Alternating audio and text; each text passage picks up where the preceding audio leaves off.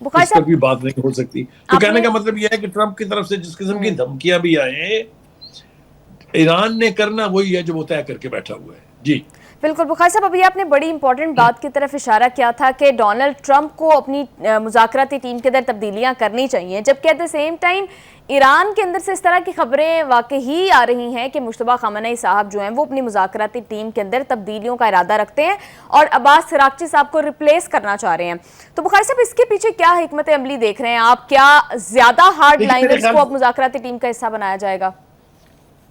جی بالکل، آپ کی آبزرویشن بالکل ٹھیک ہے، ایسا ہی ہوگا، کیونکہ عراقچی اور مسعود پشکیان جو ہیں، جو صدر ہیں اور دوسرے وزیر خارجہ ہیں، ان کے بارے میں کہا یہ جاتا ہے کہ وہ چونکہ ڈپلومیسی کو زیادہ اہمیت دیتے ہیں، ڈپلومیسی کے ذریعے بات چیت کو اہمیت دیتے ہیں اور چاہتے ہیں کہ اس مسئلے کا کوئی حل نکل آئے، جبکہ مجتبیٰ خامنہئی جو ہیں وہ کسی قسم کا سرنڈر، کسی قسم کی پوزیشن گیونگ ان، اس کے اوپر نہ آمادہ تھے نہ ہوں گے.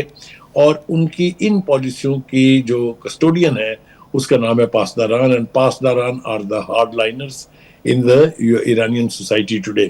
سو میرا خیال یہ ہے کہ اس طرف سے کوئی نہ کوئی تبدیلی کی بات ضرور ہوگی، اس لیے کہ مسعود پشکیان جو ہیں وہ if I'm right تو کوئی 28 مرتبہ ریزائن کرنے کا کہہ چکے ہیں، لیکن انہوں نے کیا نہیں ہے، اس لیے کہ وہاں جو ٹاپ لیڈرشپ ہے، یعنی جو رہبر انقلاب کہہ لیجیے یا جو سپریم لیڈر ہے، ان کی خواہش اور منشا کے خلاف جانا ایران میں ممکن نہیں ہے.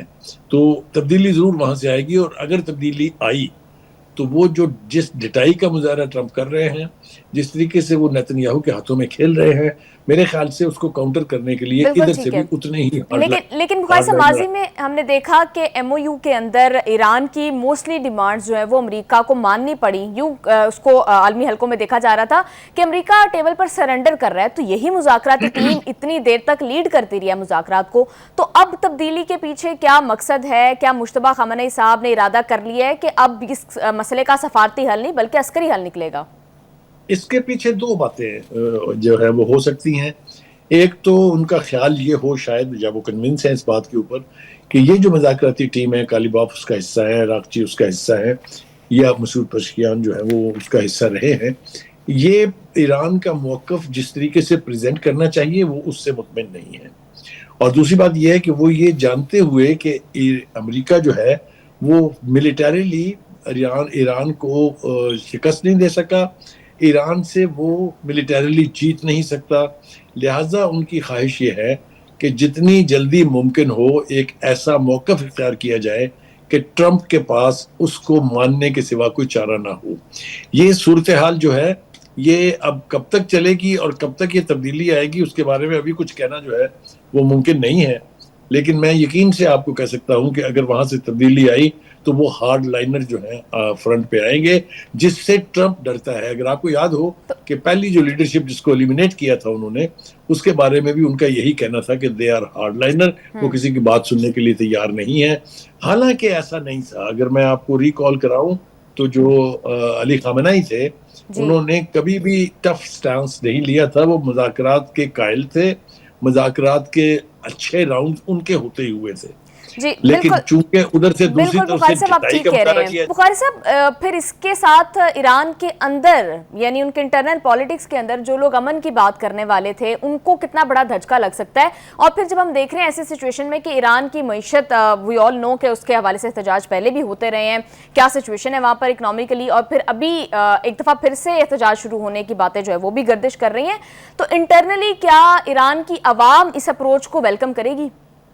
دیکھیے پہلی بات تو یہ ہے کہ ایران میں جنگ کو لے کے اور امریکہ کے ساتھ جو کانفلکٹ ہے، جو اسرائیل کے ساتھ جنگ ہوئی ہے، یا جو مذاکرات کا پروسیس ہے، اس کے حوالے سے کوئی ویزیبل ریزسٹنس ہمیں دکھائی نہیں دی ہے. کوئی مظاہرے نہیں ہوئے ہیں، اور ایک تاثر یہ قائم ہوا ہے کہ ایرانین قوم جو ہے وہ اس جنگ کے نتیجے میں متحد ہو گئی ہے اور کسی قسم کی کوئی ریزسٹنس کہیں پر دکھائی نہیں دیتی ہے. اور اگر ایسا ہوتا بھی ہے تو جیسا میں نے آپ سے کہا کہ Pasdaran are the custodian of the Iranian revolution, Iran میں پاسداران کی اور جو یعنی سپریم لیڈر ہے ان کی مرضی کے خلاف کچھ بھی نہیں ہو سکتا. اس لیے میں یہ سمجھتا ہوں کہ چاہے مذاکرات کاروں میں تبدیلی آئے، یا ان مذاکرات کاروں کو ہٹا دیا جائے.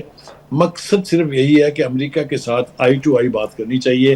امریکہ کے ساتھ کسی قسم کی کمزوری اگر دکھائی گئی تو اس سے ایران کے موقف کو, ایران کی پوزیشن کو بہت زور پہنچے گا. بالکل ٹھیک ہو گیا. بخاری صاحب ایک اور بہت اہم معاملہ کہ اکثر ویسے آپ نے تو اس کی بات بہت سٹارٹ سے کی تھی, مجھے بالکل یاد ہے, اب ایران نے وہ تجویز جو ہے وہ باقاعدہ طور پر پیش کی ہے کہ مسلم ممالک نیٹو کی طرز کے اوپر ایک عسکری اتحاد جو ہے وہ تشکیل دیں, جس میں وہ پاکستان, ترکی, مصر, سعودی عرب اور دیگر ممالک کو شامل کرنے کی بات کر رہے ہیں.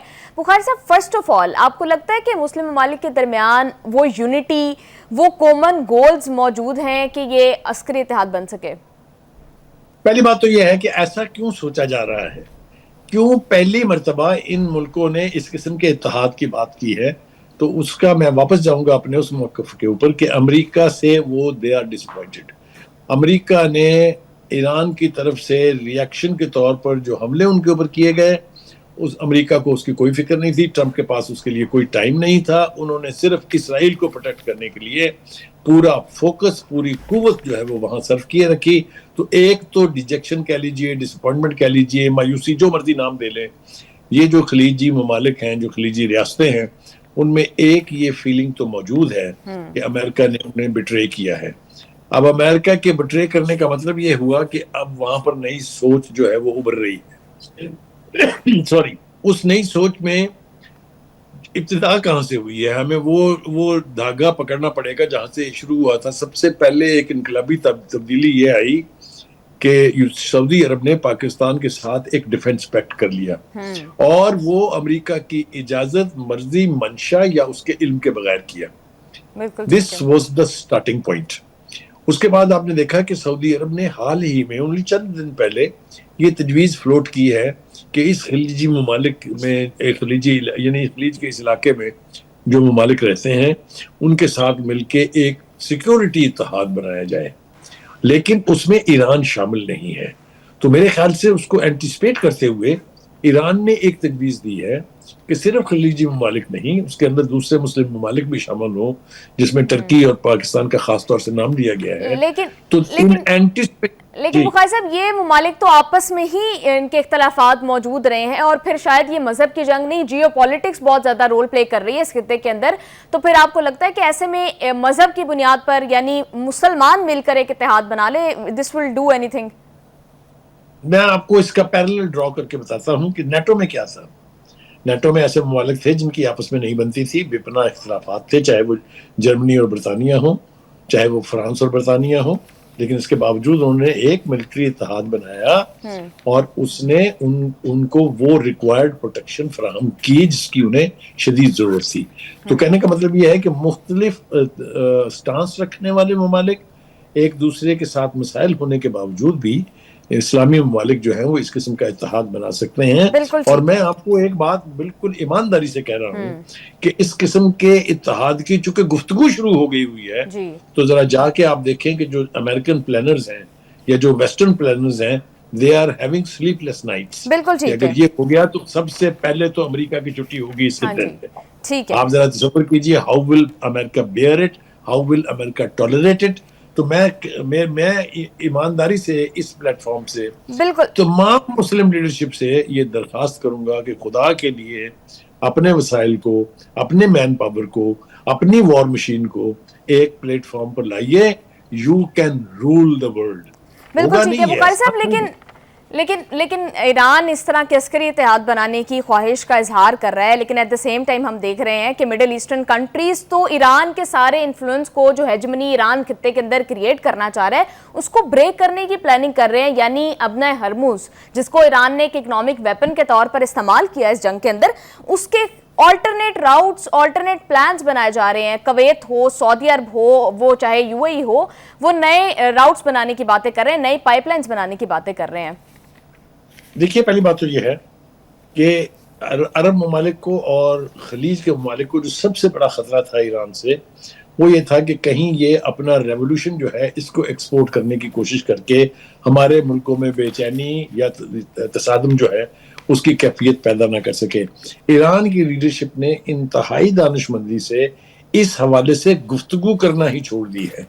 وہ یہ سمجھتے ہیں کہ ہر ملک جو ہے اپنے اندرونی حالات کے مطابق اپنا سیاسی جو لاہ عمل ہے وہ طے کر سکتا ہے. لہٰذا یہ خطرہ تو ایران نے خود سے ٹال دیا ہے کہ یہ تاثر جو ہے یہ قائم نہ ہو کہ ہم اپنا انفلوئنس جو ہے وہ استعمال کر کے اور وہاں کی حکومتوں کے تختے اڑنا چاہتے ہیں. یہ سب سے بڑا خطرہ ان کو تھا.